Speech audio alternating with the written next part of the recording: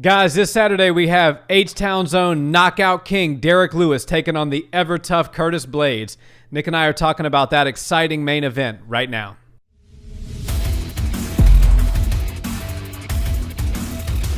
What's up, Barnhill family? Welcome back to the channel. Yo.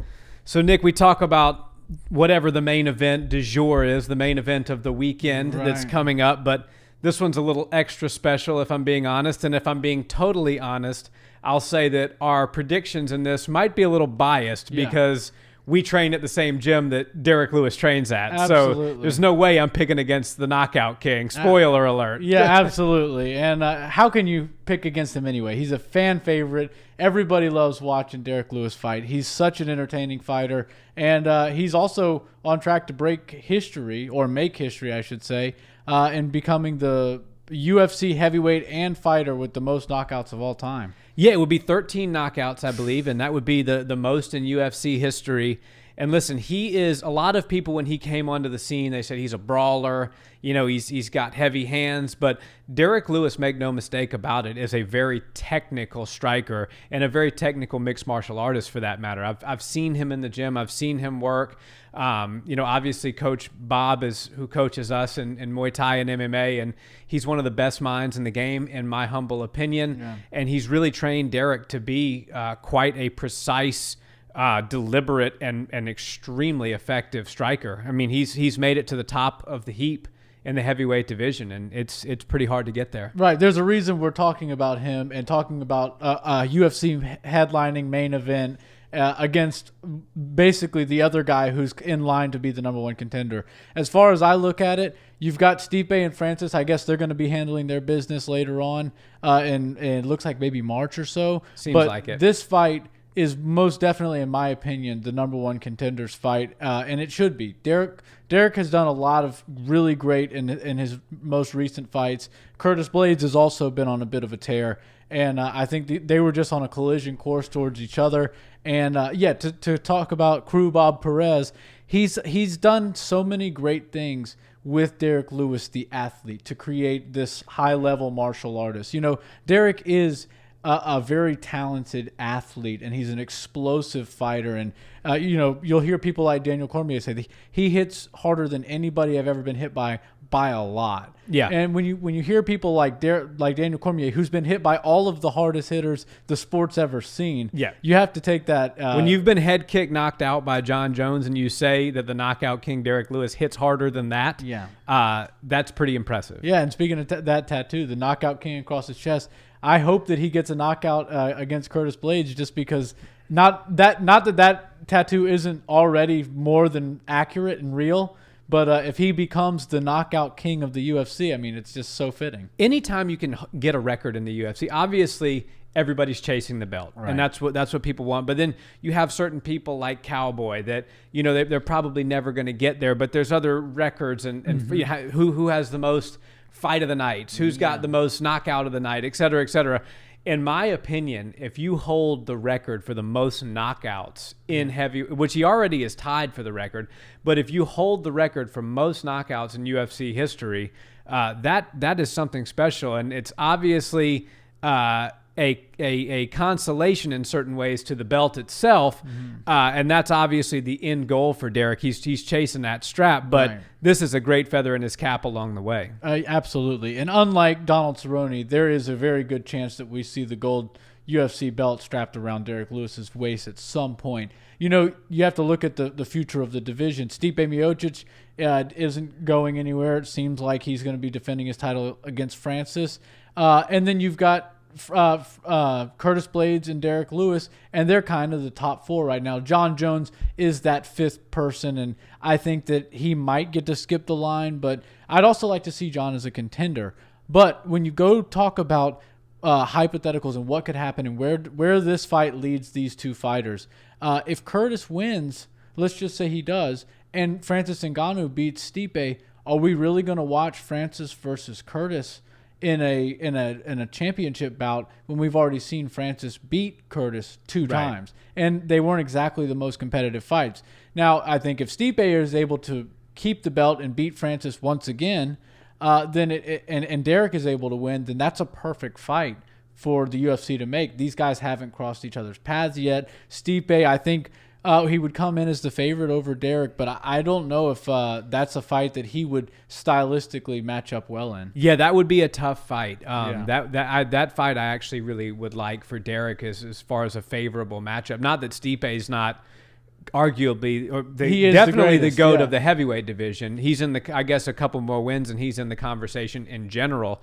But I certainly think that Derrick would pose a lot of potential threats for Stipe. He poses threats for anybody. Let's be real. He hits very hard. He's also a very big body. Daniel Cormier is a large guy, but he's a little bit shorter, a little bit smaller, a little bit more compact than Derrick is. And I think, in his older age, he wasn't quite as explosive as Derrick is, and I think that Stipe would have to adjust to the size. And obviously, he's done well with big guys like Francis Ngannou, but it's a different thing when Derrick and Francis are totally different fighters.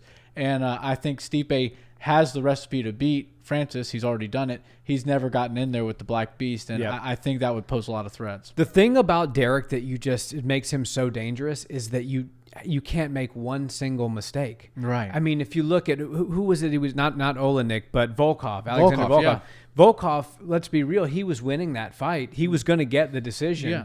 And Derrick, at the end of the fight, after he's already fought 3 rounds, is exhausted, has lost the majority of the exchanges, finds a way to just absolutely shut the lights out. You can't sleep on him for 1 second in a fight. And if you do, he can make you pay the price for it. Yeah, if you sleep on him, you'll wind up sleeping. Yeah, you'll be the one sleeping. Yeah. That's for sure. Yeah, I'm very excited, and I'm super hopeful that he can get past Curtis Blaydes. I personally think he is. My biased opinion is obviously for Derrick, but I also think this is a matchup that he can win. And Curtis is going to try to do the wrestling. We know that he's all but come out and said that I'm gonna do what I have to do to get that title shot, and I don't blame him for that. Reebok might be making a singlet for him with his name written on the side. He'll put some shoes on and the ear pads.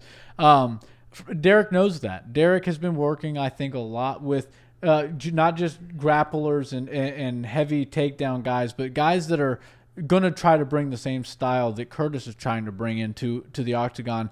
And he's put looking you against for the cage, wear you down. And when you're a strong striker and you can find shots like Derrick can, when you know something's coming, that's half the battle. Finding the shot is hard, but when you know where the person's going to be coming, which is changing levels and coming inside, that kind of takes one portion of solving the puzzle out for you because you know they're coming. It's just like when Lyoto Machida fought Chael Sonnen in Bellator.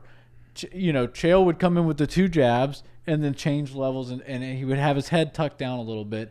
And Lyoto Machida backed up, saw it a few times, and then that next time, the 4th or 5th time Chael tried it, he came in with a huge knee, and it ended the fight essentially. Yeah, absolutely. And there's always those timings that you can find, with wrestlers that come in, if they come in just a little sloppy or you see an opening or a tendency. Right. Somebody like Derrick Lewis is the kind of guy to make you pay. And I also think that we should look, if you're a fan like us, you should watch for Derrick to attack the legs early on. I think he's got very powerful legs, very powerful kicks.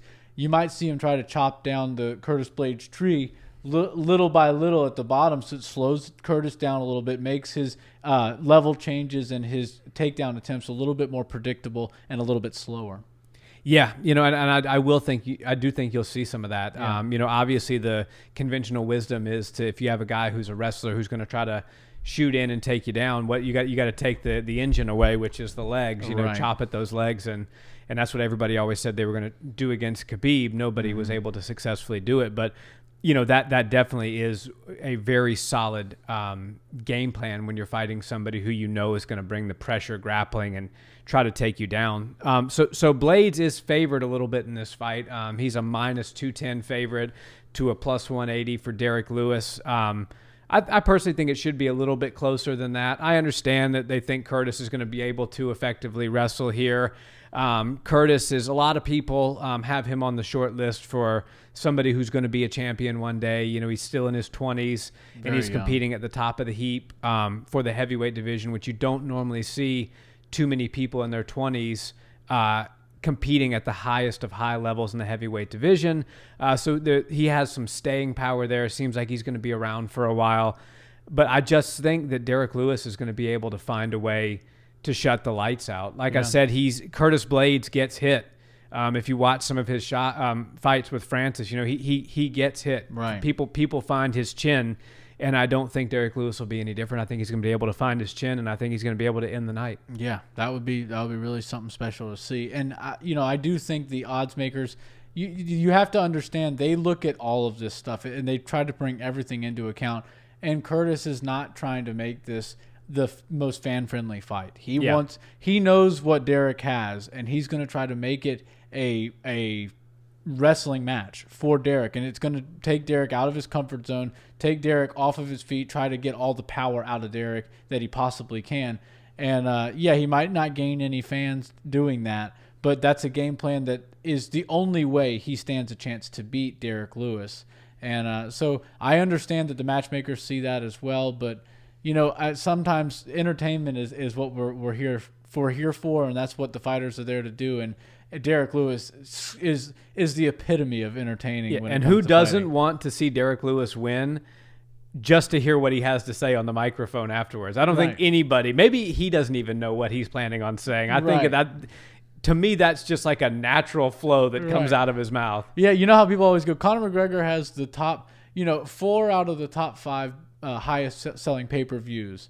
Well, that's something you can actually go to numbers and see. But I would venture to say, if you ask real fans of the sport, who has 4 of the 5 best post-fight speeches in history, 4 out of 5 of them can go to Derrick Lewis, or 5, all 5. Yeah, I can't. I would have to sit and really. I mean, Chael Sonnen has some memorable post-fight speeches, like where he actually put a rhyme together, like a poem. Yeah, so I mean, that you have to probably slip him in there.